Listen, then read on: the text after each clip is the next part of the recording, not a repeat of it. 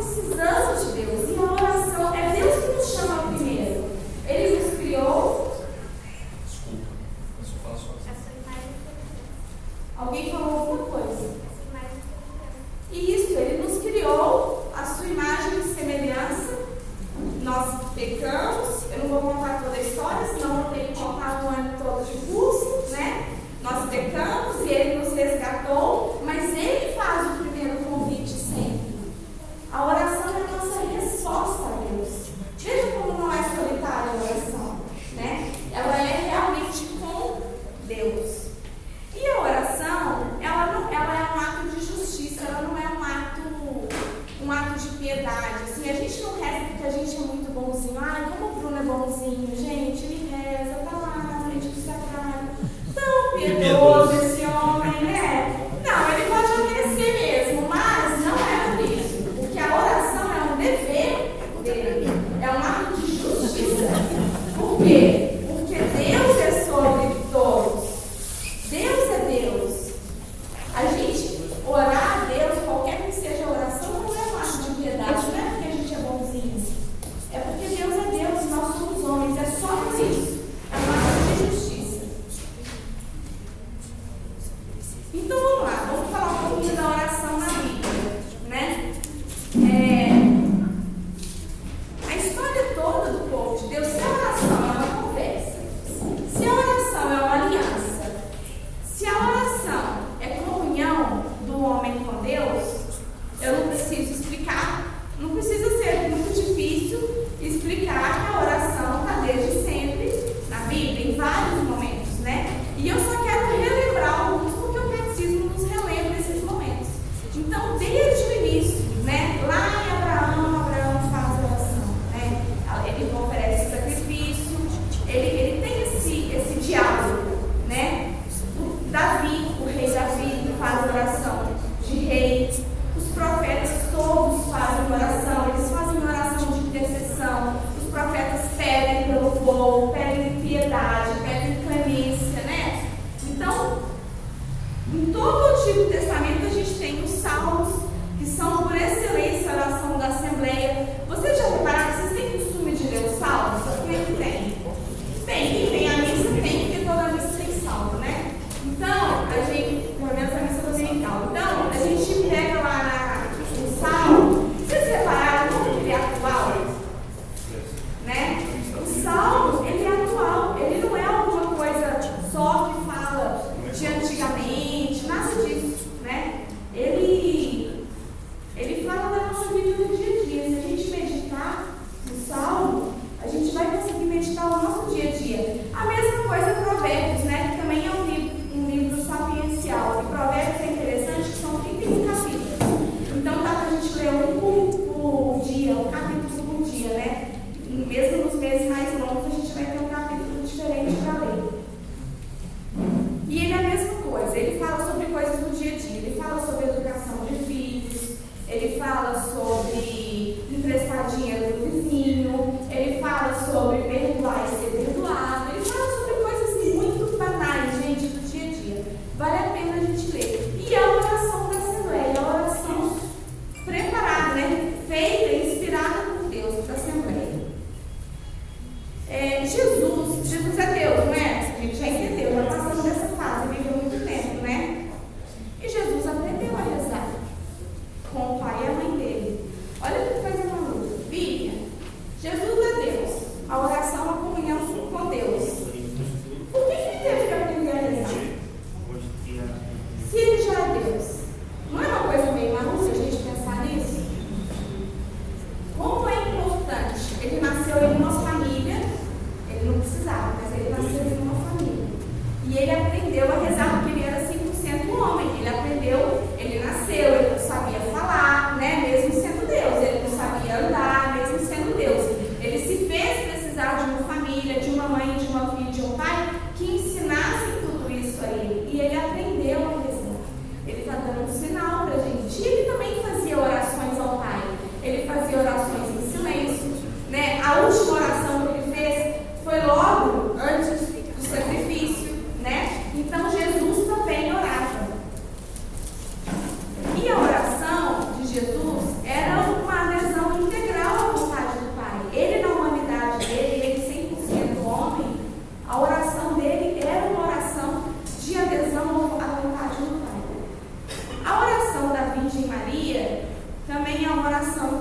importante. Ela, se a gente for lá no sim de Nossa Senhora, quando o anjo anuncia, né, o plano dele para ela, né, quando ele faz a anunciação, e depois a oração dela quando encontra Isabel, são duas orações de entrega total da vida, né, a serviço de Deus. São orações de entrega. Faça-se em mim segundo a vossa vontade, né? E ela fala a oração total de entrega. Então a gente tem pistas aqui do que é oração e de como a gente deve orar. Vamos lá. A tradição da oração. Quando Jesus enviou os apóstolos, eu já estou com mais calor. Quando Jesus enviou os apóstolos, ele não falou assim, ele não falou assim, ide e escrevei tudo que eu disse para vocês. Ele falou, ide pregar e anunciar, não é isso? Foi isso que ele falou, não foi? Obrigada. No carro eu que ajudei ele, hoje ele veio me ajudar. Não foi isso que ele disse? Ele não falou, olha, escreve aí tudo que eu estou dizendo. Até porque naquela época, imagina, ninguém sabia escrever, quase ninguém sabia ler, né? Então, não tinha imprensa, né? Ele não falou, escreve tudo aí. Ele falou, ide, anunciar, pregar, evangelizar, batizar, perdoar. Foi isso que ele falou. Isso dá pra gente uma pista de que não é só na Bíblia que a gente... hoje nem tem uma Bíblia aqui em cima. Mas não é só na Bíblia que a gente vai aprender a rezar, a orar, né? A tradição é quem nos ensina isso. E o irmão já falou pra gente sobre a tradição da Igreja Católica, né? Como um repositório, como um magistério, né? Um repositório de toda a doutrina. Porque isso foi sendo passado de geração em geração, né? Desde a época de Jesus até hoje. Então a tradição, ela é uma transmissão viva e através dela que o Espírito Santo vai nos ensinar a orar. Por isso que a gente gosta de começar a nossa noite rezando o Vinho do Espírito Santo. Hoje eu não rezei o Vinho do Espírito Santo com vocês, né? Mas a gente gosta de começar rezando o Vinho do Espírito Santo. Por quê? Porque é Ele que vai suscitar no nosso coração. É Ele que vai nos ajudar. É Ele que vai nos ensinar. É Ele que reza conosco ao Pai. Entendem isso, gente? A importância do Espírito Santo? Por isso que nos grupos de oração, nas experiências da renovação, a gente tem tão forte essa presença do Espírito Santo e tão forte o clamor do povo. E as orações são sempre tão efusivas, né? Alguém aqui já passou a experiência de oração? Já. Alguém estava aqui? Não é? Eu estava viajando, não vi. O que vocês acharam? Para mim foi um divisor de águas. Um divisor de águas, né? Mas quem? Quem que você achou? Quem mais veio? O que você achou, amigo? Uma experiência que todo mundo precisa passar. Todo mundo precisa passar. Mais alguém? Eram três pessoas. Foi muito marcante, assim, muito intenso. Muito marcante, né? Porque foi conduzido pelo Espírito Santo, né? Não tem dúvida. A gente sabe quando a coisa está acontecendo e Deus está ali fazendo através de nós e conosco, né? Então é isso. O Espírito Santo, ele ensina a gente a rezar. Por isso que a gente pede pelo Espírito Santo sempre, né? A palavra de Deus, a liturgia da igreja, todas as virtudes, tudo isso são fontes de oração, né? Então não é só a Bíblia também, e ela é sagrada, né? Mas não é só a Bíblia, a gente tem toda uma tradição que nos ensina isso. A família cristã é o primeiro lugar onde a gente educa para a oração. Por isso que a gente tem que cuidar tanto das famílias, por isso que a gente fala tanto sobre família. Hoje em dia falar da família é quase dar uma atestado de que você é um moralista, né? Mas não é. É porque é na família que todas as coisas começam. A gente já falou disso quando falou de honrar a irmã, lembram? Que é na família, a primeira célula, e que é ali que o indivíduo testa e começa a se comportar, e aquele comportamento que vai repetir na sociedade. Por isso que famílias doentes criam sociedades doentes, e por isso que famílias sadias e santas vão criar sociedades santas. Qual é o nosso papel a partir disso? Qual é? Quem aqui tem filho? Levanta a mão. Qual é o papel de vocês a partir disso? Criar uma família...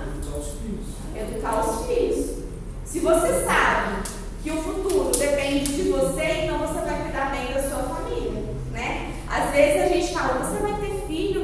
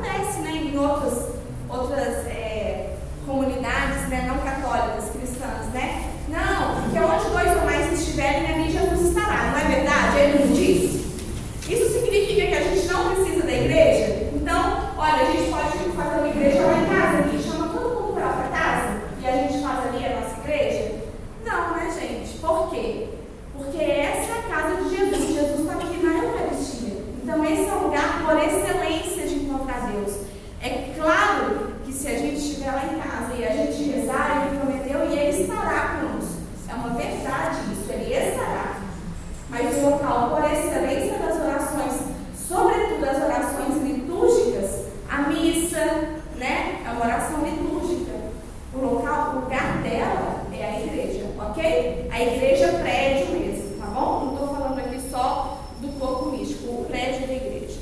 Vamos lá. Então, os fins da oração, né? Quais são assim, as finalidades da oração? O que acontece durante a oração? São 4 finalidades. Primeira, a mais importante, nós reconhecemos a infinita majestade de Deus. Deus é Deus. Deus precisa da nossa oração? Não. Deus precisa do nosso louvor? Não.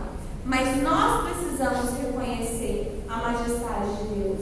Dar a Ele o lugar que é dele. Reconhecer o lugar que é dele, né? Então essa é uma oração de adoração, né? De louvor. Você reconhece a grandeza de Deus. E ao mesmo tempo, na sequência, a gente agradece a Deus por todos os benefícios que Ele nos dá. Inclusive os desconhecidos, né? É uma oração de agradecimento. Vivian, o que é isso? A minha vida está uma droga, está tudo errado, eu perdi um parente querido, eu estou sofrendo. Sabe, gente, tem pessoas que passam por momentos de turbulência na vida, que a gente olha para a vida dela e é difícil a gente ver um benefício. É difícil a gente ver um favor de Deus. É difícil a gente ver uma graça. Vocês já tiveram a oportunidade de conhecer alguém assim, que está passando por um momento, que está passando por um momento que você não consegue ver nada de bom que possa estar acontecendo? Às vezes ela está assim, falou esses dias, você está sentindo alguma coisa diferente, está melhorando. Eu falei, se você não se entregar totalmente a Deus, não pedir, você tem que pedir uma exigência de Deus a oração. A gente não tem que esperar Ele mandar. A gente tem que clamar. Isso. Olha que lindo que o Moisés falou. Eu rezo todo dia por ela. É tão difícil e ela está começando a perceber alguma coisa diferente. Bonito, da nova vez, Moisés. Então, gente, às vezes a gente passa por esses momentos mesmo. Vocês já leram aquela historinha Pegadas na Areia? Alguém não ouviu nunca essa história? Que é tão famosa? Ó, então tá, tem um pouquinho que não ouviu, eu vou contar resumido, tá? Enfim, eu vou contar de um jeito muito resumido, vai ser ruim, porque seria melhor que vocês ouvirem de um jeito bonitinho, né? Mas enfim, a pessoa está num momento de sofrimento, ela está andando na areia e ela está vendo as pegadas dela. E ela se sente sozinha. Não, ela está andando e viu a vida toda, não é só um momento de sofrimento. Eu até assim. A pessoa, não está na Bíblia, isso está. Isso é uma. Filosofia. É coisa de marcador de livro. A pessoa está andando pela vida, está na companhia de Jesus.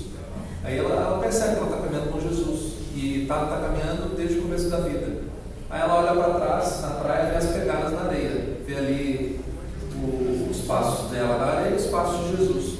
Aí ela percebe que justamente em alguns momentos só tem um par de pegadas. Ela fala assim, poxa Jesus, por que nos momentos mais difíceis você me abandonou, só tem um par de pegadas? Aí Jesus fala, não, você não está entendendo nada. Esses foram os momentos que eu te carreguei no colo. Olha que bonito, né? Então é isso. Às vezes tem benefícios e tem favores que a gente não vê. A gente não vê. A gente sempre vai ter motivo para agradecer. Eu sei que pode parecer um pouco assim, piegas, um pouco cafona falar isso, né? Agradece pelo dom da vida, agradece pelo ar, a gente sempre vai ter motivos para agradecer. Porque no fundo, Deus nos deu a vida, Ele não tinha essa obrigação. Então a nossa vida já é uma graça de Deus, né? Não importa quais sejam as nossas circunstâncias. Mas o fato é que tem muitas coisas que acontecem que a gente não percebe. Por exemplo, às vezes a gente que é mãe, né? O filho pode achar assim, nossa, minha mãe está cuidando de mim. Ela me deu um remédio quando eu estava doente. É um exemplo, tá? Isso foi uma coisa que o filho viu. A mãe foi lá, colocou o remédio e deu, né? O que o filho não viu? Que a mãe fechou a porta para não entrar vento, que a mãe deixou o aquecedor ligado para ficar mais quente, né? Que a mãe, enfim, coisas que Que a mãe está com dor também. que a mãe não dormiu para poder ficar velando, né? Então, assim, tem A coisas. mãe às vezes tinha pouca comida e deixou só para ele. Tinha pouca comida e deixou só para ele. Então, tem coisas que ele não consegue perceber. E a gente também passa por isso na nossa vida, gente. Às vezes a gente não consegue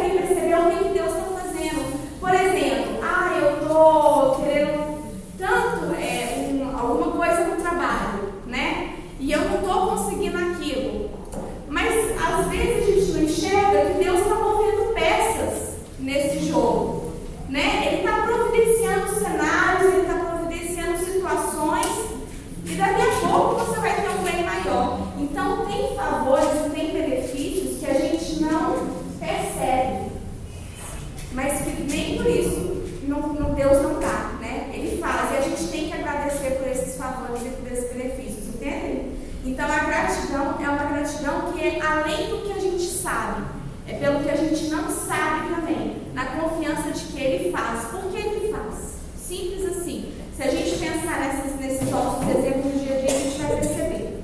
A gente tem uma oração, a gente tem uma finalidade na oração, que é de pedir perdão pelo nosso pecado e reparar a pena que a gente merece, né? Então a nossa oração tem que ser uma oração de pedido de perdão, quando a gente erra, né? Pelos nossos pecados, pelos pecados veniais, claro que nós vamos confessar esse pecado.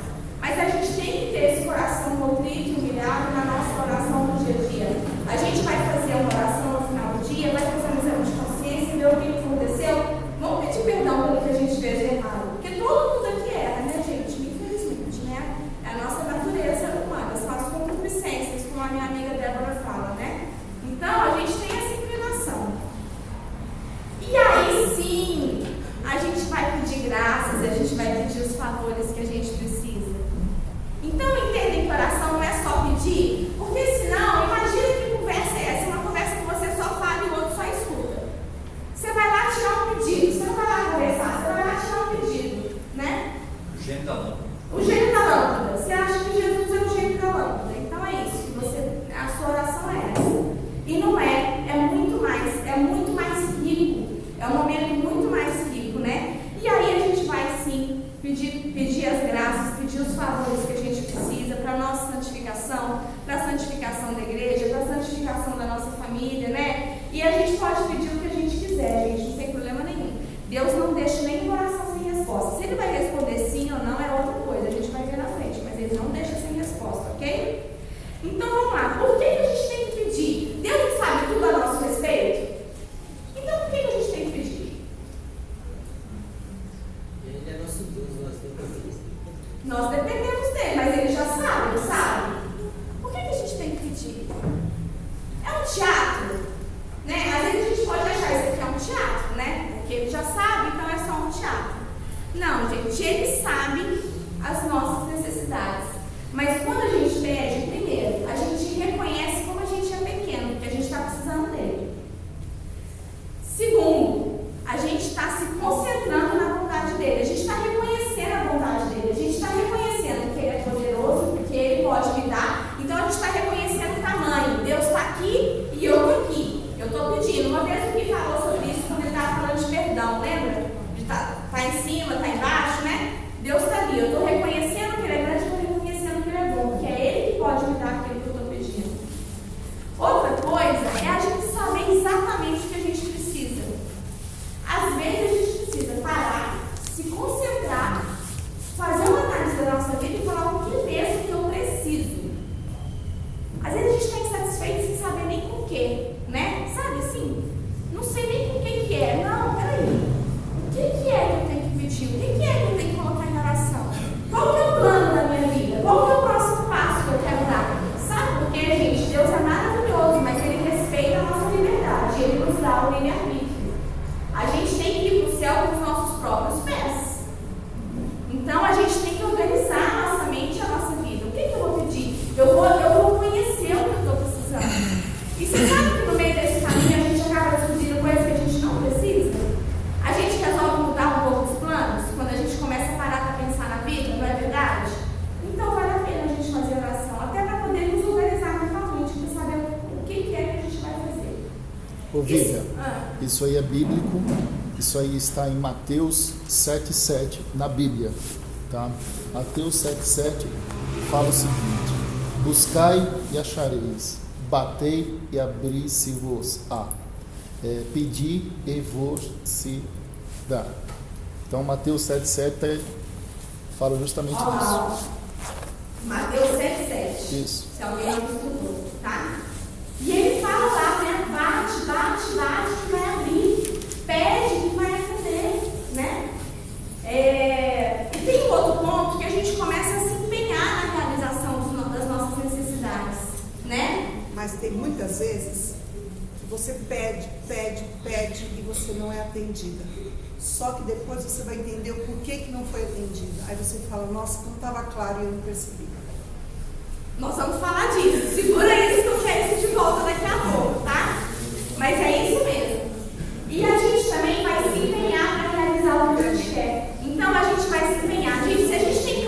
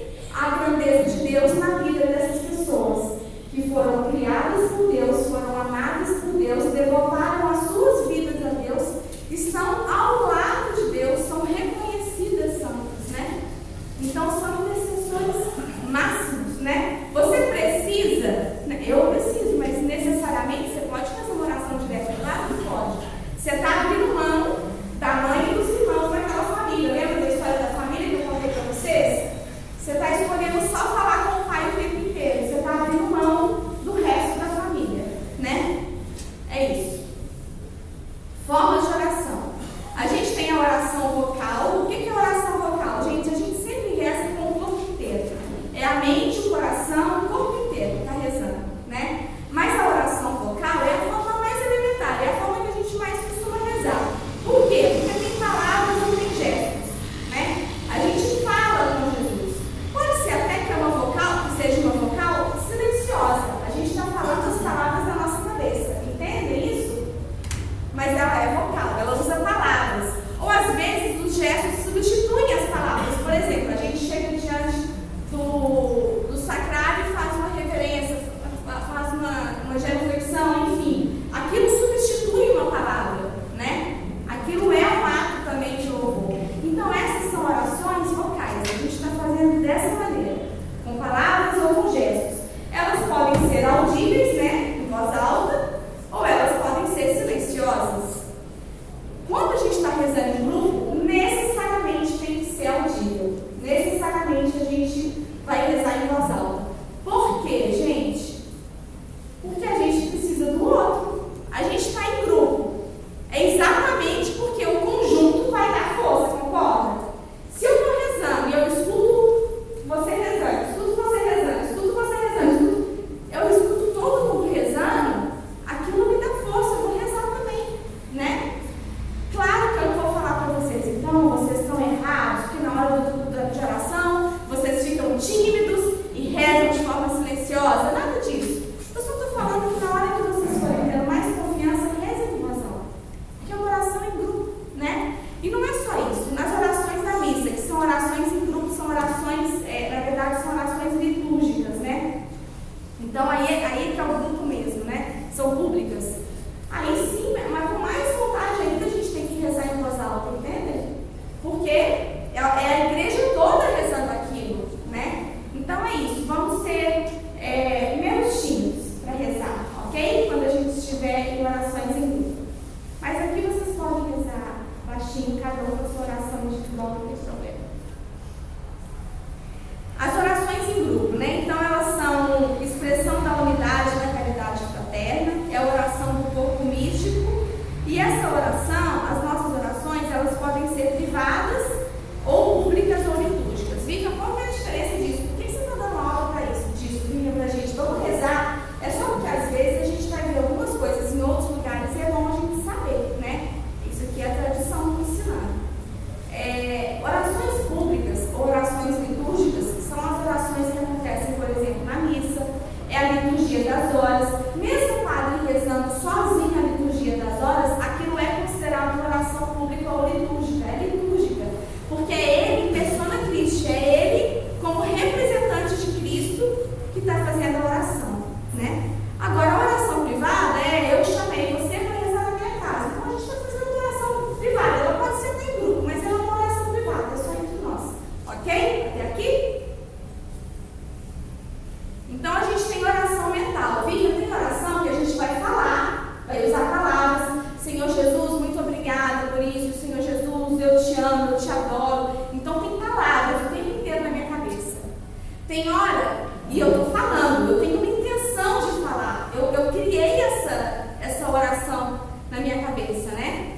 Tem horas que eu não vou fazer isso. Tem horas que eu vou na hora da oração do texto. O Guilherme vai falar sobre o texto daqui a pouco. Deixa eu ver quanto tempo eu tenho. Daqui a pouco. O Guilherme vai falar sobre o texto, né? É uma oração de repetição.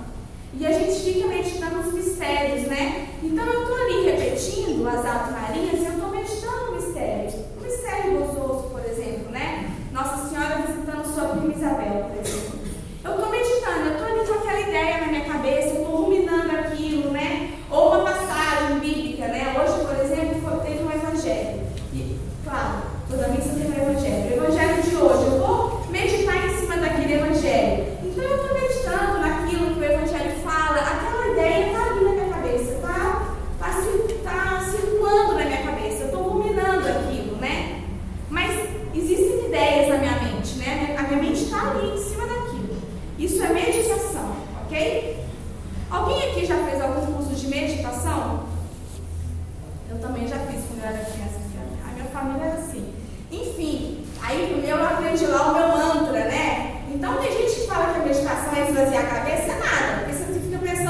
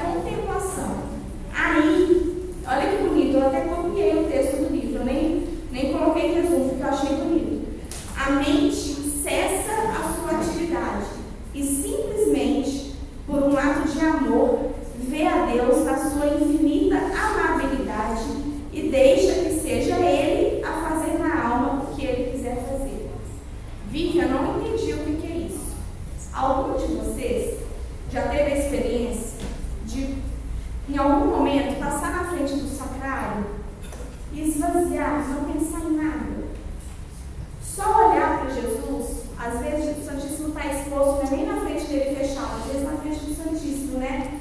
Só olhar para Jesus e meio que derramar, sabe aquela música que fala como vela, derrama diante do altar, qualquer coisa assim? Só por ti, Jesus, né? Eu quero me derramar. Essa é uma oração de contemplação. A sua mente já não está mais pensando, você não está cheio de ideias, você não está cheio de pedidos, você não está cheio de passagens, sabe? Nada. Você está simplesmente se esvaziando e deixando Deus tocar. E quem sabe Deus não me fala? E quem sabe Deus eu não consigo escutar Deus? Porque quem me fala, ele fala sempre. Eu posso garantir para vocês. A questão é a gente ter silêncio suficiente, ter um olhar atento o suficiente para entender como ele está falando. Porque ele sempre responde. Nosso Deus não é um Deus calado. Ele sempre responde. Sempre. Na oração de contemplação, né, na contemplação a gente consegue isso mais, né? Então, quando a gente está ali com a mente em quietude, está quieto. É inquietude, não é inquietude, né? Quando ela está quieta, quando ela está em paz. E a coisa mais linda, dá vontade de não sair de lá nunca. E é claro que não dá vontade de sair de lá nunca. Afinal de contas, gente, a gente nasceu para isso. A gente está caminhando para esse ponto perfeito, não é? Uma outra coisa importante é o seguinte: oração é combate. Lívia, você acabou de falar de quietude, de paz, de mente vazia, e agora você vem falar que oração é combate. Você está um pouco confusa, né? Mas é combate. Até para a gente chegar nesse momento de quietude e de mente vazia, né? Porque muitas coisas querem nos dispersar, aí a distração, né? Então a gente precisa entender como que a gente faz para rezar. Bem, primeiro eu tenho que me recolher e ter a atenção voltada em Deus. Lembra que a primeira tela falava disso? Atenção, concentração em Deus, né? Eu tenho que estar ali. Hoje em dia a gente fala muito sobre ser presente, né? A gente tem que ser presente na família, sair do celular e ser presente, né? Enfim, na oração isso vale também. Tem que ser presente, tem que estar concentrado ali. Significa que eu nunca vou me distrair? Claro que não significa. Mas a gente tem dois tipos de distração. Uma coisa é assim, cadê meu texto? Está aqui. Uma coisa é assim: eu estou passeando no shopping, aí eu tenho que usar o texto todo dia, então eu vou rezar, né? Aí eu estou vendo ali uma promoção, eu estou vendo ali o preço de uma vitrine, né? E eu estou rezando. Não, eu estou me distraindo porque eu quero me distrair, vocês concordam? Eu não estou com o coração ali naquele texto, entendem? Mas um texto é uma oração de 53 Ave Marias. Pode acontecer no meu pensamento voar de vez em quando, e não tem problema nenhum. Isso não invalida a minha oração. São José Maria Escrivá falava que a oração do texto é como se fosse um cachorrinho do lado do dono, sabe? Ele dá uma olhada, ele vê a rua passar e tal, mas ele está ali. A oração do texto é uma oração de obediência e de persistência, né? Então, às vezes a nossa mente vai longe, não tem problema, a gente volta. Quando a gente percebe, nós ela de volta, entendeu? Não tem problema. Então, essa é a diferença da oração, da distração voluntária e involuntária. A gente não pode se distrair porque tanto faz. Mas eu me coloquei naquele lugar. Eu estou ali para isso. A distração aconteceu, eu me recuperei, tudo bem, vida de segue, vou continuar. Tá? E quanto mais difícil é a oração, mais favores Deus vai me reconhecer. Você concorda? Porque, poxa, está difícil ficar aqui em oração, entendeu? Acho que ele olha para isso, né? Foi mais difícil, tem mais valor. Então não é um problema a gente se distrair.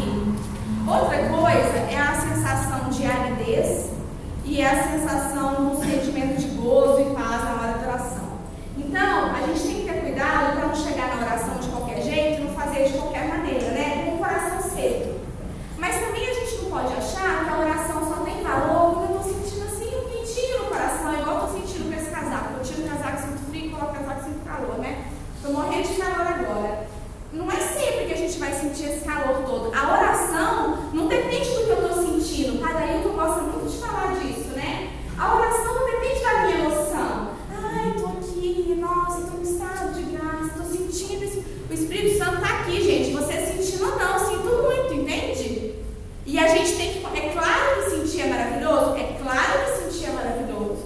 É claro que a gente busca estar em condições adequadas, né? Para ter um coração mais aberto. É claro. Mas tem hora na nossa vida que a gente não vai sentir. E é a nossa razão que vai fazer a gente rezar. Então, é muito infantil a gente querer, a gente achar que toda oração vai ter esse quentinho no coração, entendeu? O tempo inteiro. Tem momentos da nossa vida que a gente faz por obrigação, não é? Quando a gente acorda de madrugada para dar remédio para um filho doente, morrendo de sono, é o quentinho no coração que está levando a gente? Não. O quentinho no coração é tipo assim, 2 horas da tarde, depois que a gente já almoçou. Aí é uma delícia, não é? Nessa hora não é o quentinho, mas a gente vai, não vai? Pois é a mesma coisa.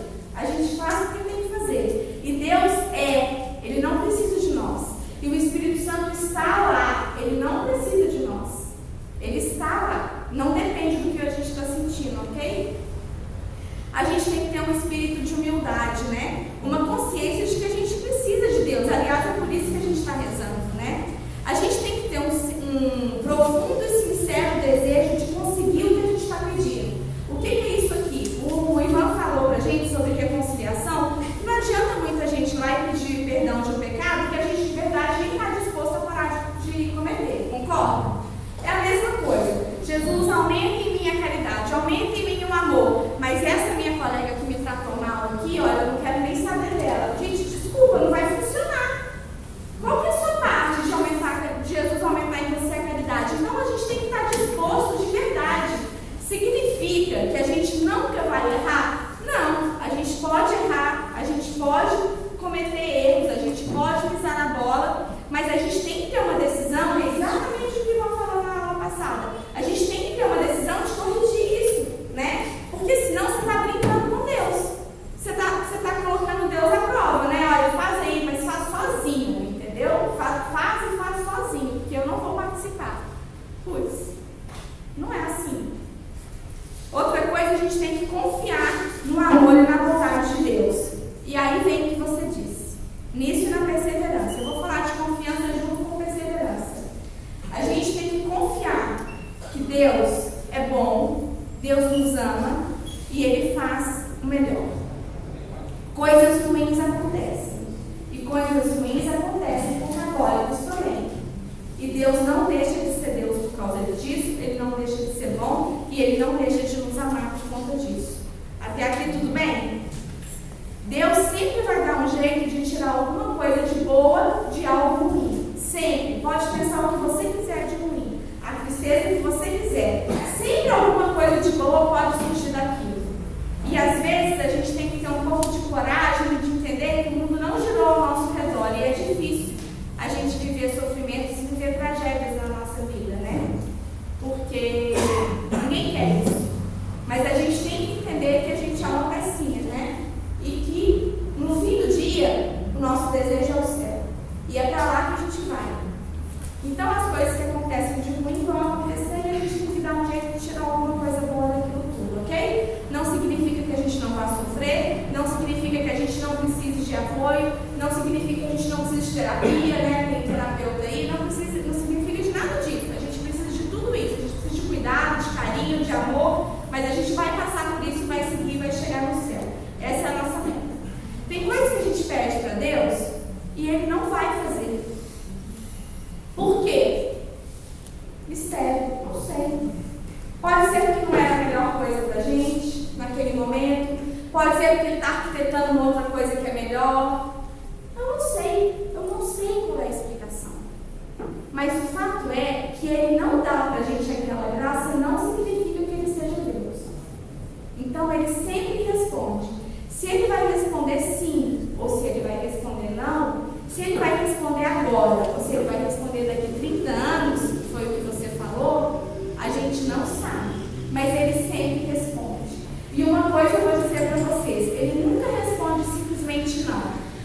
Jesus, eu quero aquele emprego, eu estou querendo aquele emprego, olha só, Jesus. Ele não vai falar, não, esquece, próximo. Ele vai falar assim, não, Vivi, porque naquele emprego você vai chegar em casa às 10 horas da noite todo dia, você não vai ver os seus filhos crescerem e a sua principal função é essa.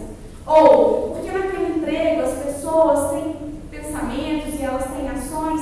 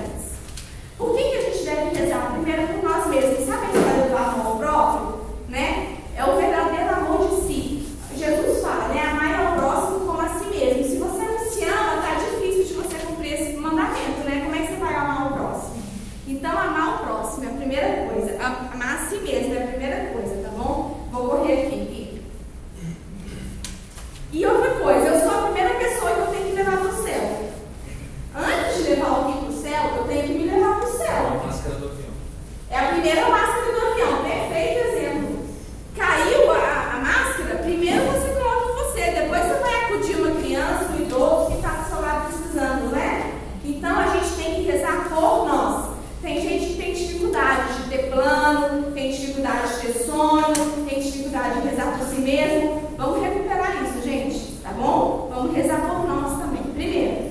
Depois a gente reza pelo próximo. Quem que é o próximo? É o mundo inteiro, gente. As almas do purgatório, todo mundo a gente reza, né? Mas a gente pode começar por hierarquia. Vamos começar pelos mais próximos. Pelo esposo, pela esposa, pelos filhos, pelos pais, pelos irmãos. Vamos rezar pelos parentes, pelos amigos, pelos inimigos. Jesus fala para rezar pelos inimigos. E aí? Né? O inimigo é próximo também. Às vezes é até próximo demais, né? Pelos inimigos, pelos benfeitores, pelo Papa, pelos bispos, pelo nosso pároco. Quem aqui reza pelo Padre Ailton? Gente, tanto que isso é o nome de Deus, a gente tem que rezar muito para ele. Porque Deus faz muita coisa através dele, não é verdade? A gente tem que ter estratégico, entendeu? Então vamos rezar por eles, porque a gente reza por eles e Deus já faz um monte de gente junto, né? Porque eles levam um monte de gente com eles. Pelos religiosos, por quê? Porque eles têm que dar um testemunho especial de Deus. Eles são sinal de Cristo na terra, não é verdade? Eles que nos garantem a presença de Deus Eucarístico no meio de nós. Então a gente tem que rezar por eles, porque eles são muito sujeitos a provações. A gente tem que rezar pelo país. Quem está rezando pelo país? Temos que rezar, gente. E olha, não importa se um ganhar, se outro ganhar, se um outro ganhar, não importa. A gente continua rezando pelo país e a gente continua rezando pelos governantes que governam o nosso país. Porque afinal de contas a gente mora aqui, não é verdade? Então a gente tem que rezar por eles. E a gente tem que rezar por quem a gente já fez sofrer. E vi que eu não fiz ninguém sofrer. Será que não? Dando mau testemunho, principalmente, às vezes um sofrimento espiritual, né? Às vezes a gente cai nisso, sabe? Vamos rezar pelas pessoas que a gente fez sofrer também, tá bom? Orações básicas. Pai Nosso, Ave Maria, o credo, confesso, né? Confesso a Deus Pai, Todo-Poderoso. Então, tem aqui as orações que são orações básicas que a gente tem que saber. Por quê? Porque elas têm fórmulas que já são prontas. Elas facilitam a nossa vida, né? E eu vou falar um pouquinho rápido do Pai Nosso. Glória ao Pai, atos de fé, esperança, caridade, o ato de contrição. Não tem ato de contrição só, né? Você pode rezar com a fórmula que você quiser, pode ser até no seu coração, né? Mas o fato é que tem um jeito de rezar o ato de contrição. Você reconhece a bondade de Deus, você assume o pecado, você assume o compromisso de não pecar de novo, né? Enfim, é o arrependimento, o vinde Espírito Santo, né?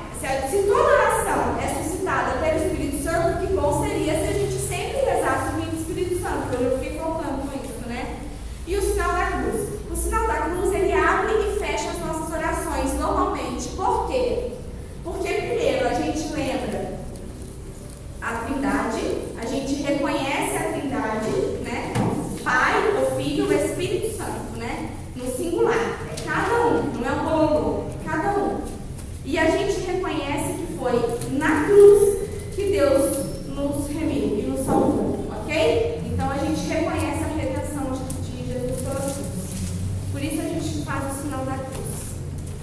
Pai Nosso, rapidinho, porque alguém está chegando. Então vamos lá. A primeira parte do Pai Nosso, a gente coloca o que é devido a Deus. A gente coloca Deus no lugar dele. Pai Nosso que estás no céu. Pai, o Pai não é qualquer coisa, gente. Que bom seria se todos os pais fossem exemplos maravilhosos. Essa catequese seria mais fácil. Infelizmente, algumas pessoas escutam a palavra Pai e tremem, porque não receberam amor, né, pelo Pai. Então a gente tem que ter mais trabalho com essas pessoas, para explicar que Pai é sim amor, é cuidado e é proteção. Nosso é em comunidade. A gente está fazendo essa oração e ela é uma oração coletiva. É nosso, não é só meu. É meu, do Ivan, do Moisés, é de todo mundo. Venha, santificado seja o vosso nome. Então a gente coloca Deus no lugar dele. Ele é santo. A gente adora Deus. Olha aí a oração. Olha como essa oração é completa. Foi Jesus que ensinou pra gente, né? Inclusive eu não falei disso. Oração dominical, ela é chamada também de oração dominical. Vem de Domino, né? Que é Deus. Porque o próprio Deus trouxe essa oração pra gente. Santificado seja o vosso nome. Olha aí a oração. Eu estou colocando Deus no lugar dele. Ele é santo. O nome dele é santo. Venha a nós o vosso reino. Então eu